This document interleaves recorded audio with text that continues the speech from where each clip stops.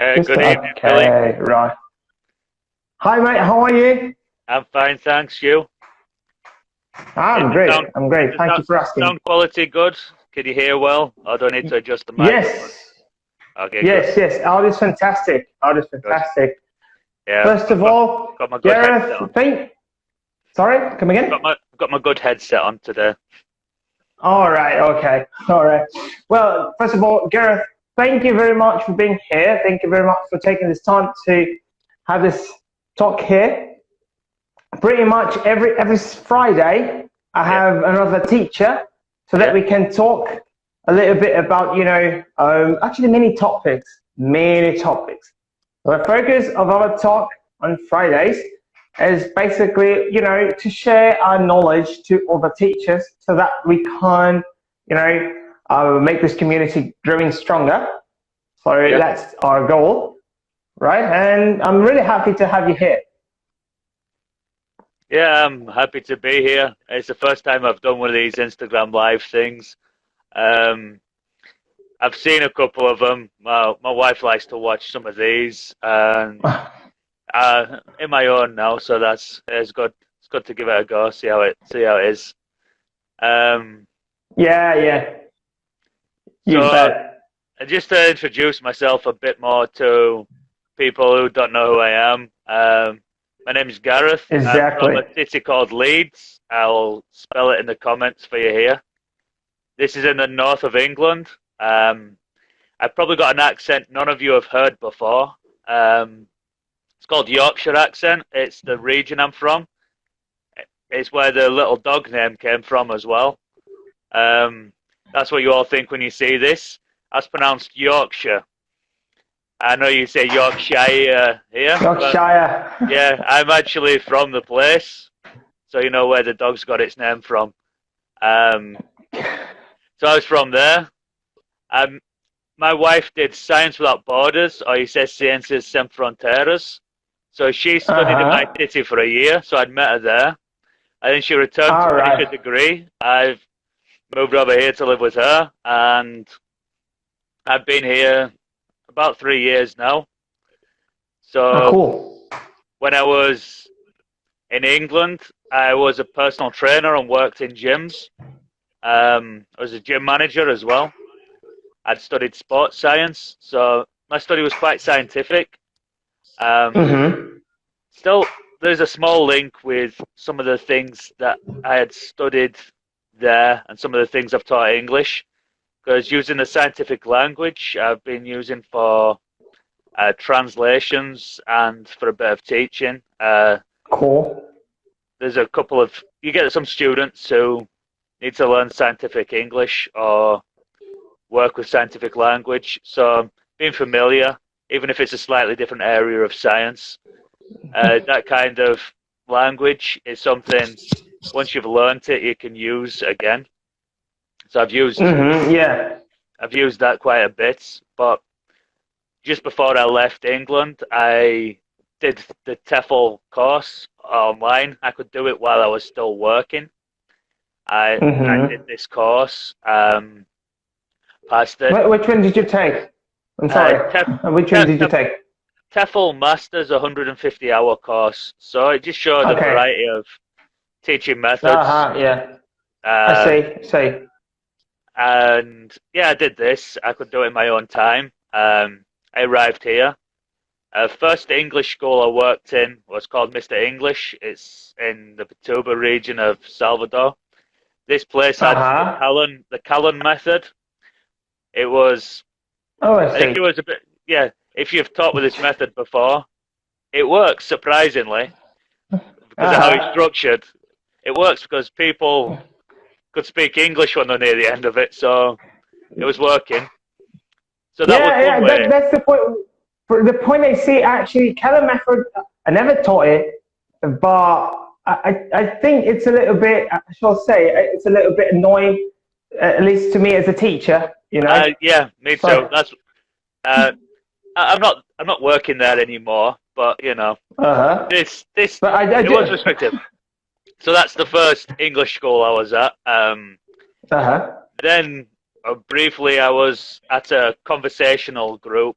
Um, when it was just conversation, this was a place that was based more on listening. This place called Self Out. I don't know if you've been there. I was there for a while. No, I haven't. I think it's only in Salvador, but pretty much what I they do see. is it's based on just listening. That's their philosophy, is pure listening. Wow. They say you have to listen to, I think it's an hour of English every day, and then you go meet the mentor. The mentors are all native speakers. I was there. There's an American. There's a Nigerian. I don't know who's there now. I've not been there for a while. I had another opportunity outside of English, which were a bit short-lived. And then before the lockdown started and my English school shut, I was at Uptime. There, there. Have you worked there yet, or do you know much about them? No. I've heard of Uptime. I've got some It's a big friends company. who've taught there, but I've never taught there. It was one of the most interesting bit of teacher training I've done was there. I'm not just being nice Cool. because I want to be working there when I get back. I don't want to get fired. I genuinely mean this. Spent a bit of I time know. with the coordinator, a guy called Proffesores. He's got a Greek name, but he's Brazilian. Oh Uh, wow, that's interesting. yeah, it was. That's where the interesting started with a name. But it's based on more how you'd learn your mother tongue. Um, I'm sorry. Based on more how you'd learn your mother tongue. It's based around you hear it. It was listening again. You hear and you respond. So you would get a half-hour tape, half hour of listening a day. You'd listen to a tape. It'd go through 5 or 6 times to half an hour. The first day you just listen I see. and read at the same time. The second 2 days, it's called the parroting phase. You listen and repeat at the same time. Then the last 2 days, you fill in your exercises and it's a bit more developed. Then you go to your class. So that between each class of the chapters I see. is a good way. This was similar to Self-Out, but a bit more advanced, and I think in ways teaches more things. The thing before was, I think it worked. It was quite enjoyable to teach because you'd have normal conversations. It wasn't like hammer grammar with people and bore people. It was a conversation that would feel natural. So it had its place. But this seemed to be more structured and based on more pedagogy research. So there's more research into teaching styles, and seems like it was a bit more technical in a couple of ways. And then there's a couple of different classes I have in there. So I think it was very interesting because it made me think about how I've learnt most of my Portuguese. For how I learnt Portuguese, it's been more in the style of the place I'm working now than it was in the traditional. Because when I studied French at school, it was in the way you would get if you went to a Cultura Inglesa or you I went to a Academia, this type of traditionally academic grammar-based study. That's how I learnt French at school. And to be fluent at speaking, I started when I was 11. When I was 16, 17, 18, I was comfortable speaking to French people. But that seemed to take quite a long time. And when I started noticing it at the conversation groups I was having. People saying they went to these schools and they were struggling to speak and they'd been there years. These people could all read and write really well, but they struggled to speak. And I see. I've done a bit of research why this happens. It's because when people really study well grammar, they'll write brilliantly always. But when their full focus or their studies doing grammar exercises, they develop a fear of failure when they speak. They're worried about something not being correct, and sometimes they're not brave enough to try. When I see. realistically, you learn so much more there. So I'd had this experience learning French, but then when I thought about how I learned English as a child. When my parents would say something, I'd have to react. Right at the first stages, you'd watch cartoons on the TV when you're very small, and you're listening and responding to things Yeah. because of the outcome You've you got want. you've got this large period of input, right? You've Yeah, got input, spend years having input, and after a little while you start, communicating with the world around you. yeah, So, yeah, it's fine. Yeah, yeah. that's exactly what it is. And then I've noticed with Portuguese that I'd be around my wife's family. Very few people speak English in my wife's family. She's got one cousin, one uncle, and their English is fine. She lived in England. We could speak English all the time if that was what we wanted to do. But I'd hear other people talking, and you'd hear it all the time. I'd see things. For example, you'd associate the word cerveja. Oh, that means beer. Yeah, I would like that. See, you learn these kind of things. You Yeah, learn yeah. this word means this. Our food. You work out what this is, and you know you want. One thing I've noticed gradually, which has been a good measurement of learning Portuguese, was watching football here. I'd watched football in England before, but when you come to Yeah. Brazil and the commentaries in Portuguese, understood nothing, but I understood the game at the start. I knew what was happening anyway.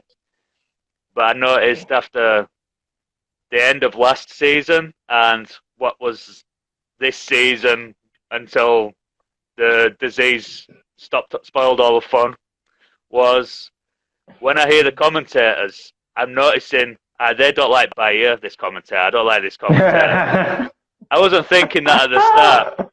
This guy's talking nonsense. When you're thinking that about commentators, you've surprised yourself how much language you've learned. So that's something I'd recommend to any football fan or any sports fan. If you want to learn English, watch a sport you enjoy with commentary in English. Yeah. If you're consistent with it, for example, I'd watch probably 4 games of football a week, because most of my wife's family support Bahia. My father-in-law supports Vasco. So I watch both of each games a week. That's a lot of information being fed in, and you begin to understand. You begin to understand things. Have you started supporting any team here? Yeah, I've been following Bahia and Vasco, which sounds strange. I've been to the Fonte Nova for a couple of games. I think it's 3 now. Yeah. I think when the football starts again, I think I'd like to go there again. I think it's good going to the games live. It's always a bit better in the stadium, better atmosphere. Yeah. But the atmosphere is better, but you can't hear the commentators, isn't it? You can't hear the commentators, but you can hear the people in the stadium. I think some of the words you hear in the stadium are a bit less polite than what the commentators say. So it's always a good experience to do sometimes. Yeah, you bet. Well, I'm a musician. As you can see, I've got some guitars hanging here on the wall. And when I started learning English, one of the exercises I did the most was basically listening to the bands I like. And I didn't only listen to these songs, but I would watch a lot of their DVDs. The making of the concerts or whatever. What bands do you like? What bands do you like? Well, I'm a big fan of Iron Maiden. Oh, you're a heavy metalhead. Yeah, I'm a metalhead. Yes, Iron Maiden. That's like Up the Irons, Judas Priest. Cradle of Filth. You like the good English metal bands then? Yeah. Yeah. Good story for you. One of my colleagues at the English school, he started he's in an Iron Maiden tribute band, and because of the likes of Iron Maiden, Black Sabbath, and so on, he started learning English because of heavy metal, and he's an English teacher now when he's not playing heavy metal music. So I told my mum, she thought it was funny. I said, hey, look, people like Iron Maiden and even Ozzy Osbourne made somebody want to learn English, and my mum thought that was hilarious. But yeah, surprisingly, here in Brazil, many teachers take this path, they start learning some songs because they like music and all these things. And as time passes by, they get involved with English because they need to understand what people are, saying on the lyrics. Curiosity, And they end up exactly. Many teachers here in Brazil do this way, and that's crazy because when I lived in the UK, I lived in Brighton, and some people there didn't even know that Iron Maiden was an English band. I was like, how come? They're from the East End of London, so it's maybe an hour and a half away from where Brighton is. They could drive there in an hour with no traffic. There's no excuse for not knowing Iron Maiden from down the road. That's like me probably not knowing Oasis are from Manchester. It's that distance. It's crazy. Yeah. You mentioned Manchester. I live there too. Manchester is close to Leeds, isn't it? Yeah, it's the other side of there's a little mountain range called the Pennines. So it's about an hour without traffic. So our city, the bands we've got that are famous are the Kaiser Chiefs and the Pigeon Detectives that have been fairly recent. I think there's a couple of Brazilians that like the Kaiser Chiefs. In the region, towards the south of the region, there's a city called Sheffield. That's where the Arctic Monkeys are from. They're one of the more successful bands. And then when you head west from my city, you end up in Manchester, which has a huge number of bands in the past. Oasis are the last great one. The Smiths, the Stone Roses, Happy Mondays, Joy Division. If I was to do a Google search of Manchester bands, it'd take me a while to read them all. So it was a city of music. It was the old indie music. So for Brazilians that don't quite know what indie music is, it's the style that influenced a lot Legião Urbana. I think Titãs quite a bit. There's quite a few of the rock bands from Brazil that are very much in this style. I think it is quite a popular sound in Brazil. I think especially from bands from Brasilia, they have been highly influenced by this sort of rock and roll bands. It was the post-punk and the indie bands that really sort of influenced them. You can hear it. There's Brazilian rock bands that sound fully English if they weren't singing in Portuguese. That's the one thing that makes them not sound English. So cool. Yeah. It's one thing I noticed. I thought the first time I've heard Legião Urbana, I thought sounds like the Smiths only in Portuguese is what I thought when I heard them first time. But that's cool. Let me see. We've got Legião Urbana. We've got Capital Inicial, which I like Capital Inicial. They're a bit heavier. I like Capital Inicial. I think they're better than Legião Urbana. There might be some people commenting now, but I think so. They're gonna kill us. They're gonna kill us. To be honest, I know a lot about them. My brother's a big fan of Legião Urbana, but I'm not. I know a lot because of him, but I'm not a big fan, to be honest. I'm really into. I get what you mean. I think Renato Russo had a very, very good voice, and I think his songwriting was good. But if he'd have borrowed if he'd have had a better band behind him, it'd have been better. I think the musicians at Legião Urbana aren't really on his level, if you understand what I mean. Like, I think it's a better thing to compare to the Smiths, which is similar. He's a better guy than Morrissey, which isn't difficult. Morrissey's a terrible guy. Nobody really likes him as a person. How about Cazuza? Do you like Cazuza? Yes, I do like Cazuza. The Teacher Laurie. Yeah, Teacher Laurie, I do like Cazuza. I was listening to him the other night. It was very good. I shall say, to be honest, I don't know Cazuza. I know, the pop songs, the most popular ones, but I definitely don't know his work to its deepest, levels. Definitely not. A Tempo no Para, I think's one of the heaviest Brazilian rock songs. So I struggle to name them all name by name because they're all Portuguese names. It's not easy to remember them all.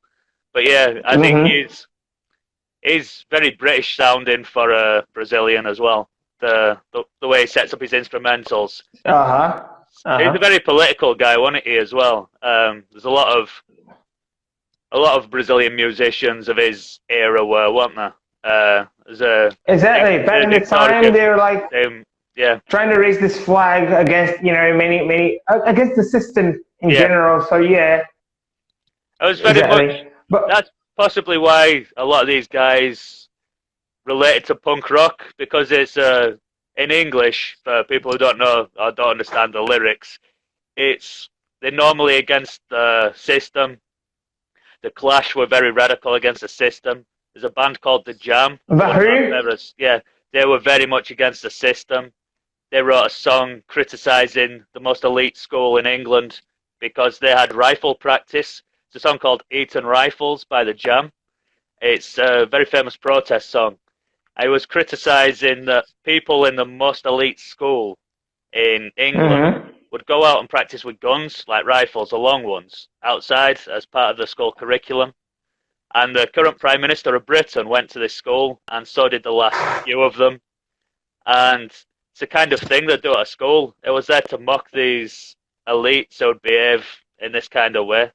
So Yeah. it's it was these kind of the same sort of music in Britain had the same message.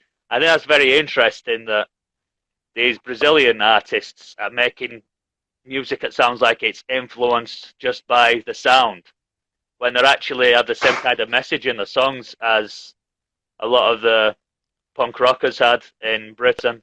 Yeah. Exactly. Exactly. They were basically fighting against the system back in the time.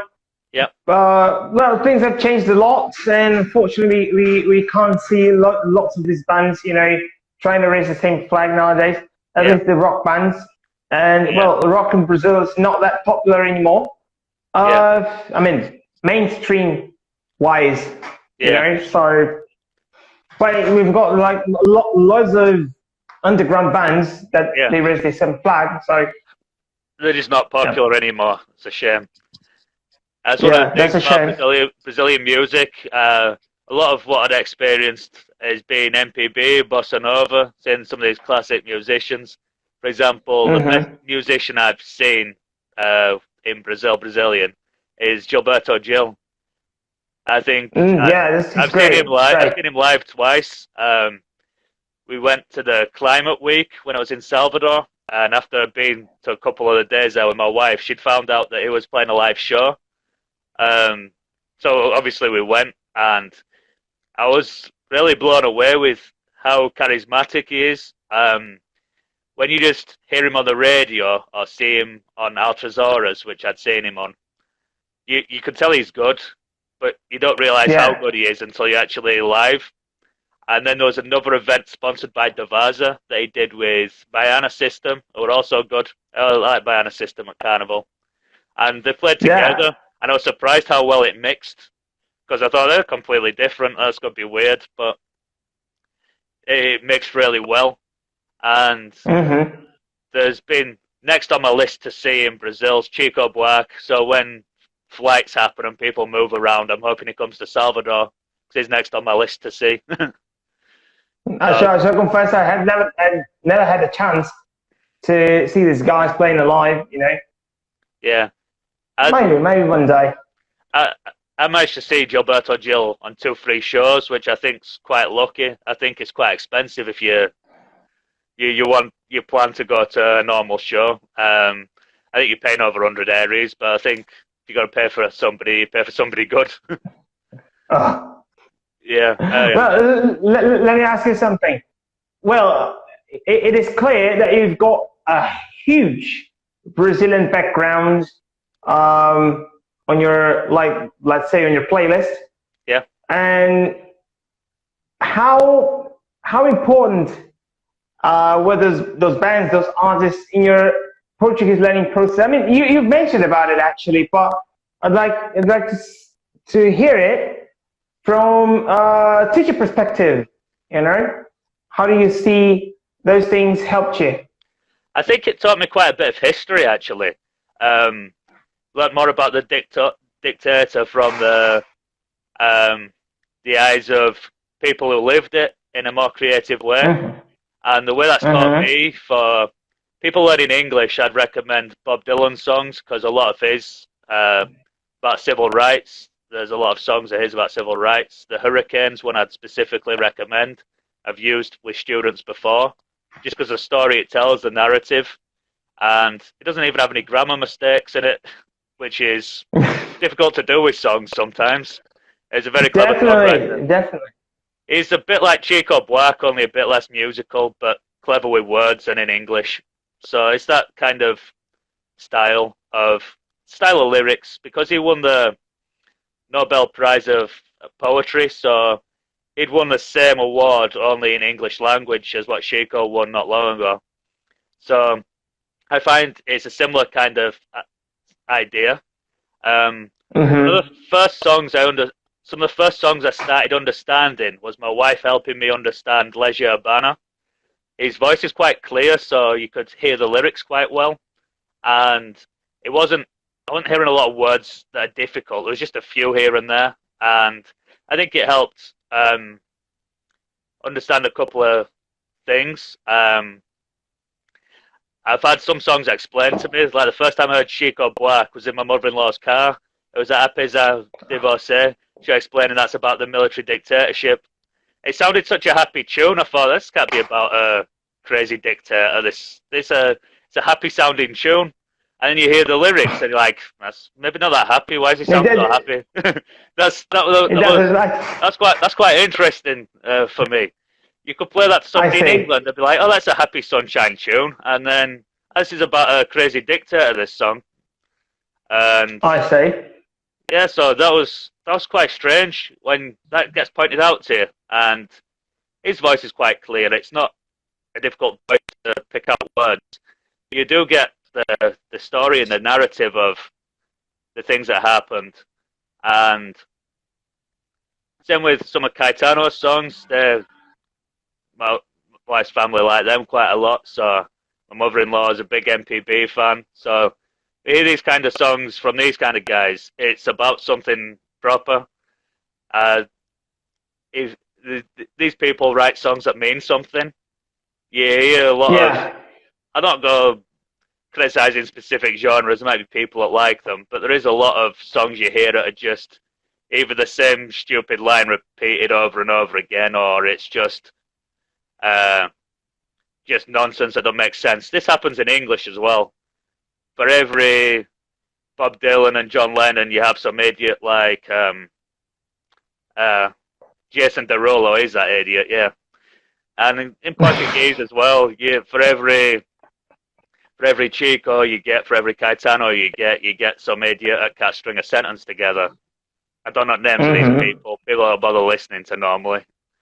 But yeah, that happens. I think there's people that want to make a difference with the art they make, and they're the people who do. One of the differences I noticed,